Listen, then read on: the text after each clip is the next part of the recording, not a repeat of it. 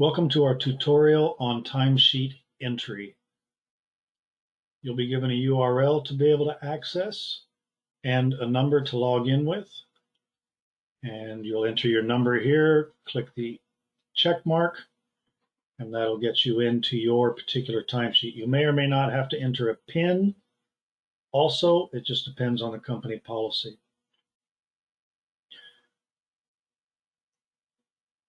This is the page that I can enter in multiple days at once.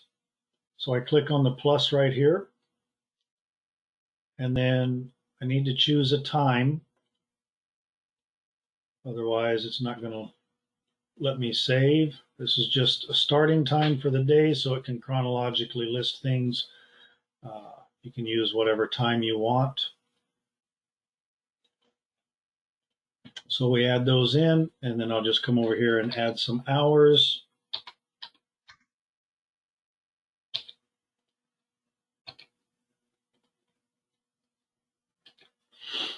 That looks good. I'm going to choose the pay type. You may or may not have more than one pay type. We're just going to add this in as bulk time. And I'm going to go ahead and click the green check mark over here, and that's going to save my entries. Calculates my daily totals here if I have more than one pay type and more than one type of transaction. Most people are just going to have a single bulk time. If that's the case, then you would enter your hours for the entirety of the day in one line. But maybe it's a few days later, I need to come back and finish this week or add some entries to this week here. I'm just going to click anywhere over here. You see the mouse turns into a hand. I can just click on this. That brings this back into edit mode. And we're going to go ahead and put some time in here. And now I can enter some time.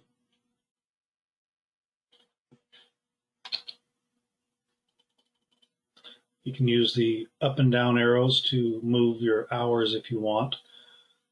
I'm going to leave this here. Now, if you did have time entered, maybe you work 7.5 hours a day. You don't have to come back here and keep doing this over and over. You can save this as a template.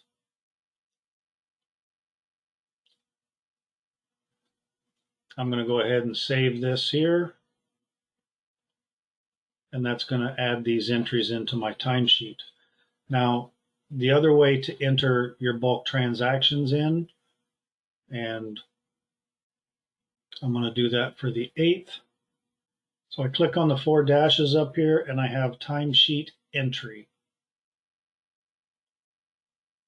Here I can see what I've already got in at a glance. I can click down here and see the hours I've got for the first week. Click here, see the hours for the second week. I'm going to click New Transaction. For transaction type, I'm going to select bulk. The only pay type in bulk I have is bulk time.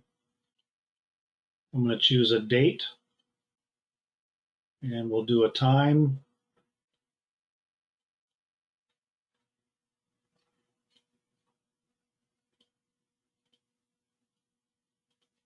I want to put in 6 hours. I'm able to add a note on this one.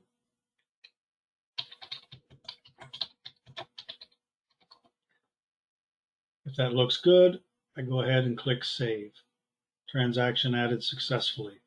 So with that, I can add a single day for X amount of hours. We also have PTO banks, view timesheets, and PTO request list right here. If I click on the menu, we can see the same things in here. The PTO request list. If I had any PTO in here, it would show me what's approved, what's pending. To add a PTO request, I click on the Add New PTO Request. I'll select a day. My all day means I'm going to take everything off. If I happen to be scheduled and I deselect that and I just want half the day off, I would enter in the time that I'm going to be taking off, then the number of hours.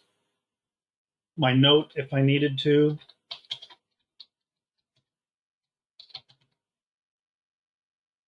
the bank that I want to use for this particular request. I can see how many hours I have left in that bank and generate request. This gives me a final opportunity to verify that everything here looks good.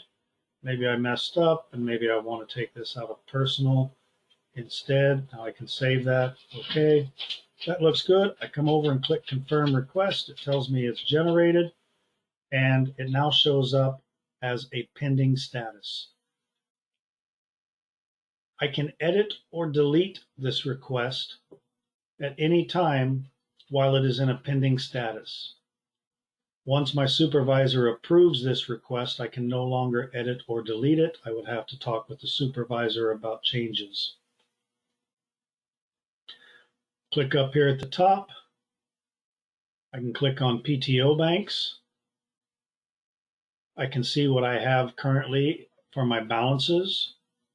These will be for any approved time that's already been approved. This does not affect time that's pending. So if I requested 40 hours off of personal, it's still pending. The hours do not get reduced until time has been approved. The last part is the view timesheets. I can see what I've got this week. I can go back to a prior pay period. I see what I have here. And if that looks good, I'm comfortable with that, both weeks, my total for the pay period. I click approve. I agree to the attestation and click OK. And that way I've electronically approved my hours.